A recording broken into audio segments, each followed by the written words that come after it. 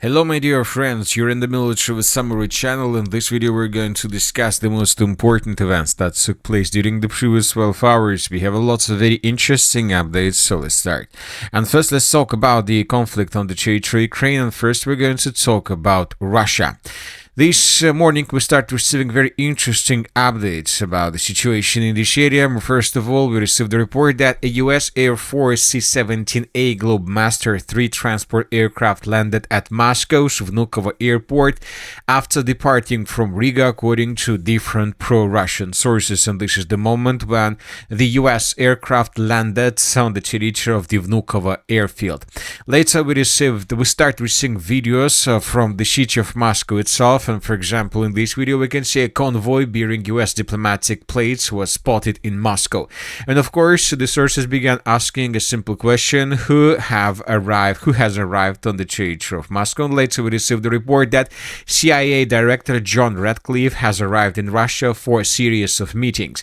According to media reports, he may meet with Sergei Naryshkin, Director of Russia's Foreign Intelligence Service.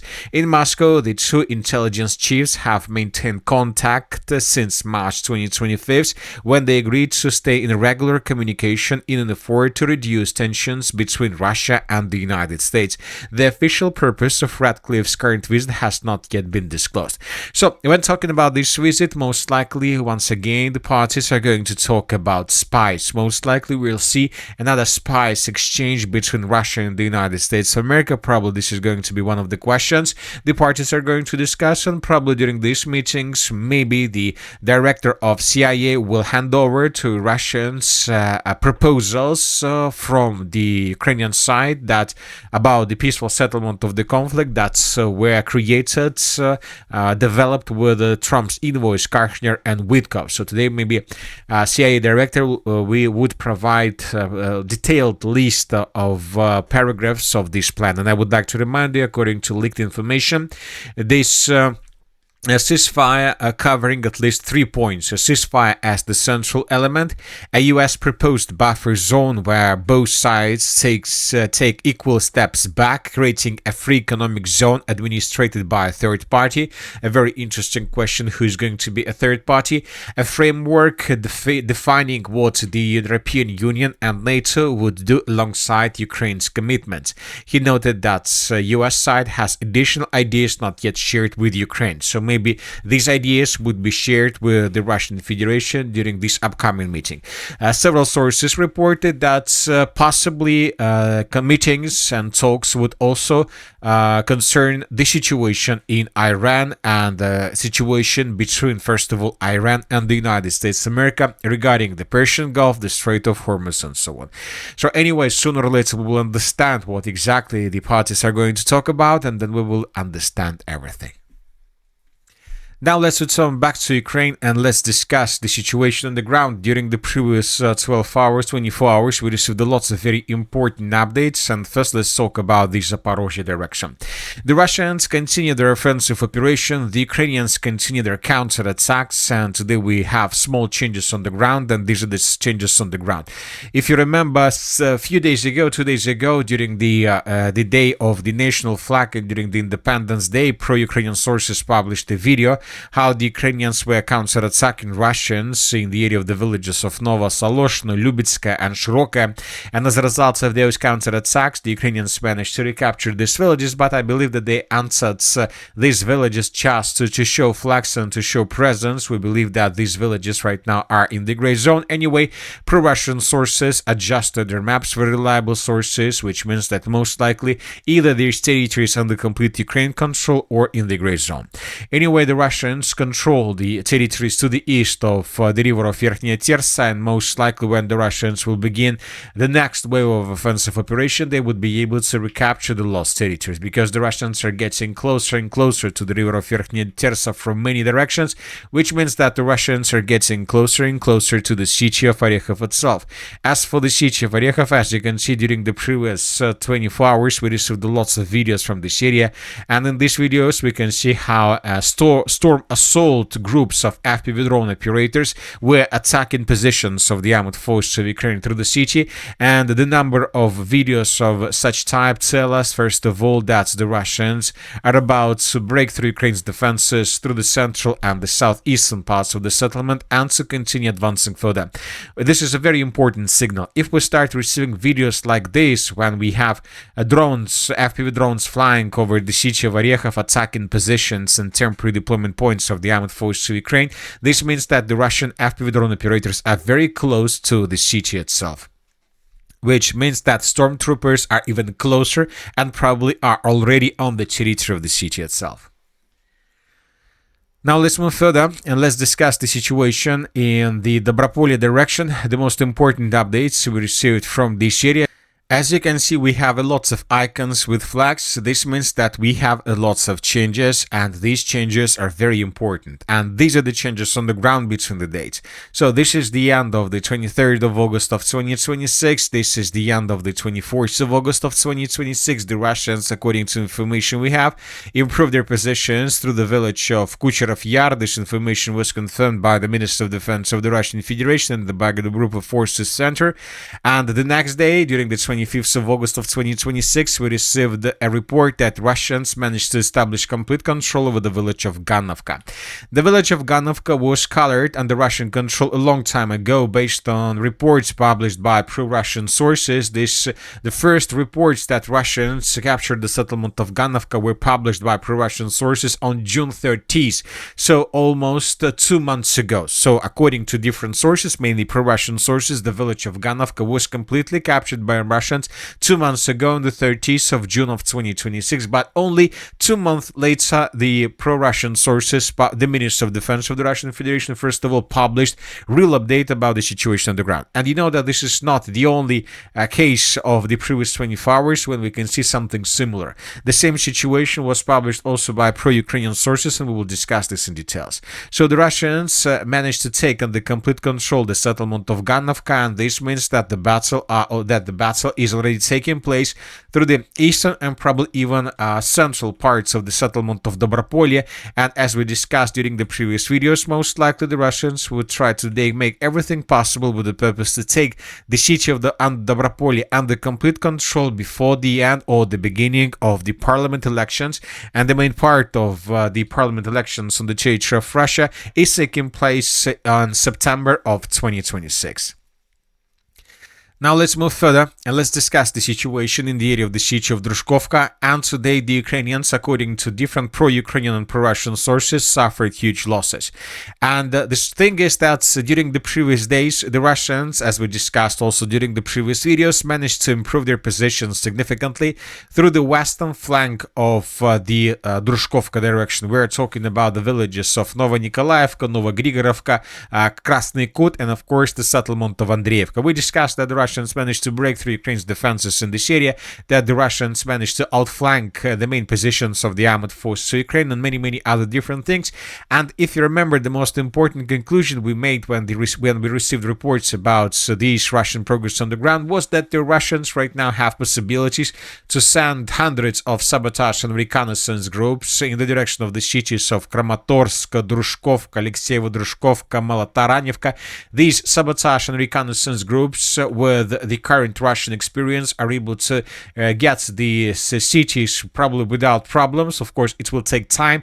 The Russian soldiers usually move through the night period of time, so obviously to cross this distance, the Russians probably even would require maybe weeks before they do this. But today we received a report that first sabotage and reconnaissance group of the armed forces of the Russian Federation managed to get the northern parts or the northwestern parts of the city of Druzhkovka, and today pro-Ukrainian sources reported that this sabotage and reconnaissance group managed to find and to ambush a group of Ukrainian FPV drone operators. We have lots of videos on this matter.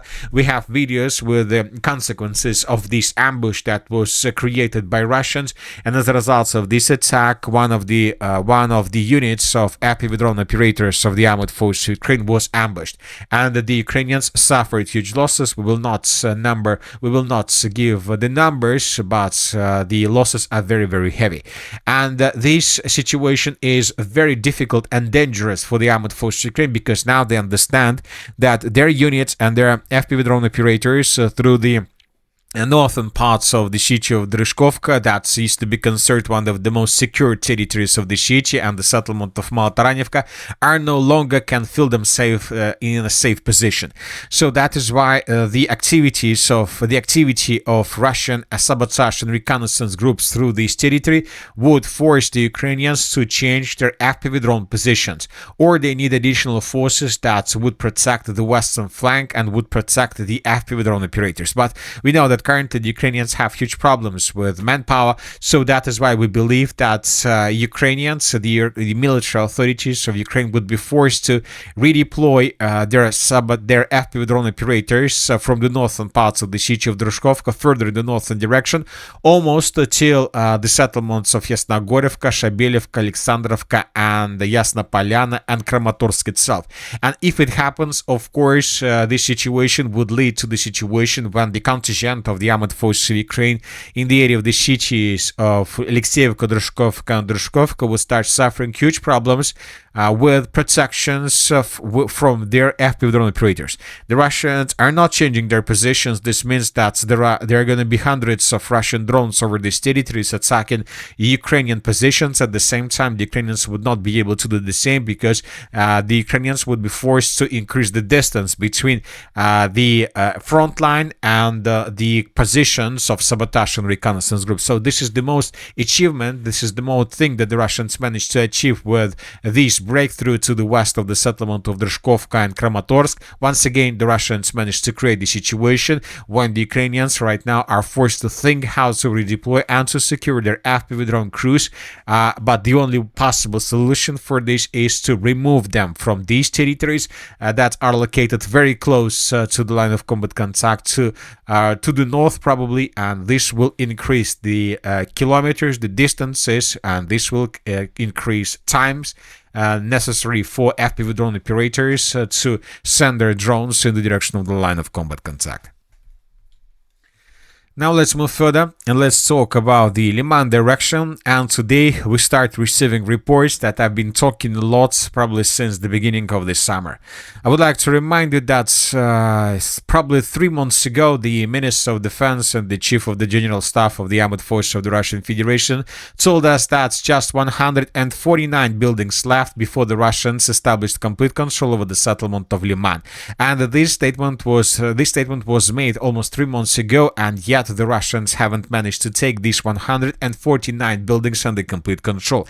And the thing is that during the next day, when the Chief of the General Staff made this statement, the Ukrainians began their major counteroffensive operation in the Barova direction, just with one purpose: to cut the Barova pockets, to basically not to cut the Barova pocket, but to cut the Lyman pocket, to cut a foothold on the Ukrainian side of the river by the name of Nitrius, and to force the Russians to fall back almost till the river of Zhiribets, with the purpose, of course, also to release the city of Lyman from the north.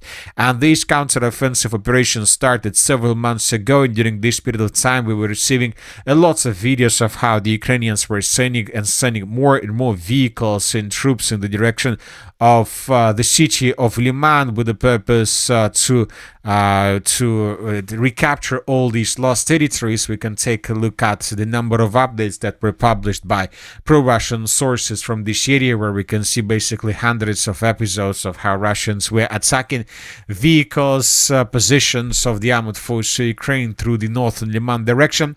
And today, as you can see, we start receiving reports that the Ukrainians during this counteroffensive operation indeed managed to improve their position significantly, but the most important thing, that the Ukrainians haven't managed to achieve their goals. So this is the most important fact.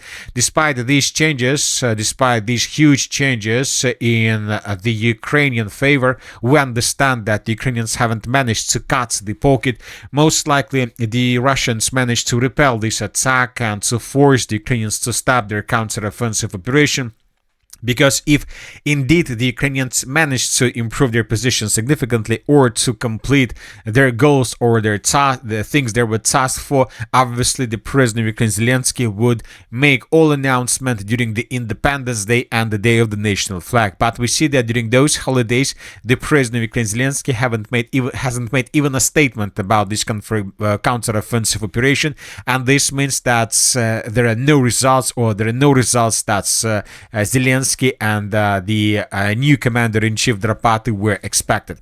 Anyway, the Russians lost lots of territories, as you can see, but the most important is that the Russians managed to save their foothold on the Ukrainian side of the river of Nitrius. The Russians saved control over the villages of Shandrigolova, Novoselovka, Dirilova, partially over the settlement of Drobropillya, Zelena Dolina, and so on. Now the Russians most likely would regroup, and we should expect a new wave of offensive operation from the Russian side, and this time the Russians most likely would try to make everything possible, but with the purpose to force the Ukrainians to fall back from this side of the river Oskol, and this will allow the Russians to take under complete control the territories along the river of Seversky Donetsk, rivers Seversky Donetsk, Oskol, Nitrius, and Zherebets. During the previous 24 hours, explosions were recorded through the city of Izium, and the sources reported that the Russians discovered a warehouse in this area, and as a result of attack, this warehouse, as you can see, was completely wiped out. We have a very big explosion. Furthermore, we have this video where we can see the consequences of attack. It seems that almost the entire micro district of the city of Izium was also reduced to ruins as a result of the secondary detonation. Most likely the Ukrainians were using this warehouse to support their offensive operation through the Lyman direction. Now let's talk about the northern directions. During the previous 24 hours, we also received lots of very interesting updates, and they concern another counteroffensive operation that was carried out by the Ukrainians.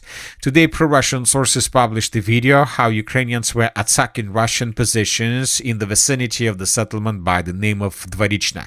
So as a result of this counteroffensive operation, the edge, sabotage, and reconnaissance groups were recorded almost on the outskirts of the settlement of Varicha.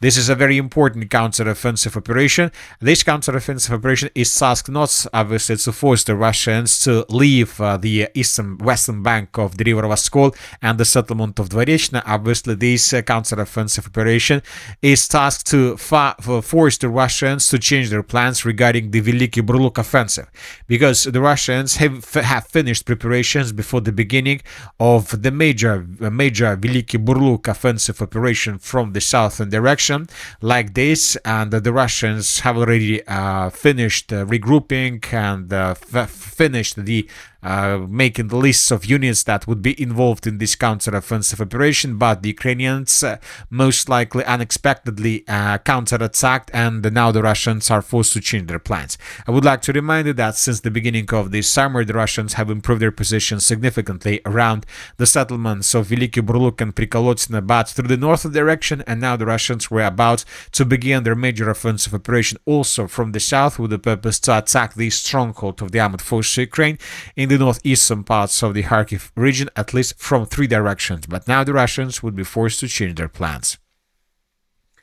Another important thing is that several pro-Ukrainian and neutral sources stated that the Russians finished concentration of their troops along the border between Bryansk and Chernihiv regions. As of now, we don't know for sure how many Russian soldiers are there, what kind of equipment the Russians have in this area, but military experts believe that this is not going to be something like a major counteroffensive or offensive operation with the purpose to attack the city of Kiev from the northeast, as we used to see during the 2022. The sources reported that the Russians are going to open this front line, the Chernihiv front line, very, very soon, and the task of this offensive operation is just to create another buffer zone along the border between Ukraine and the Russian Federation, probably in the depth of the 10 or 15 kilometers, so something like this. So in coming days, in coming months, probably before the beginning or the end end of parliament elections on the territory of Russia, the Russians would try to improve their positions in this area. This would allow the Russians to force the Ukrainians to change their launching positions for their drones, and this will allow the Russians to get a bit closer to the city of Kiev itself from the northeast. So the northern buffer zone operation begins, and in coming days we'll start receiving lots of updates. Meanwhile, the Russians have finished preparation before another massive attack. This massive attack most likely is going to take place maybe even this upcoming night. So the Russians will use lots of Iskander missiles, most likely lots of drones, and the Russians will retaliate for attacks that the Ukrainians have carried out since the beginning of the national holidays like Independence Day and so on. And I would like to remind you that during these holidays the Ukrainians managed to deal damage or to destroy lots of facilities to the southern part of Russia, and now the Russians will retaliate, and this retaliation may start this night. And that's it for today. The Military with Summary channel reminds us we condemn any violence in the world. Thank you for your watching. Subscribe to my channel, put your likes, join my Patreon, and have a good day. Bye bye.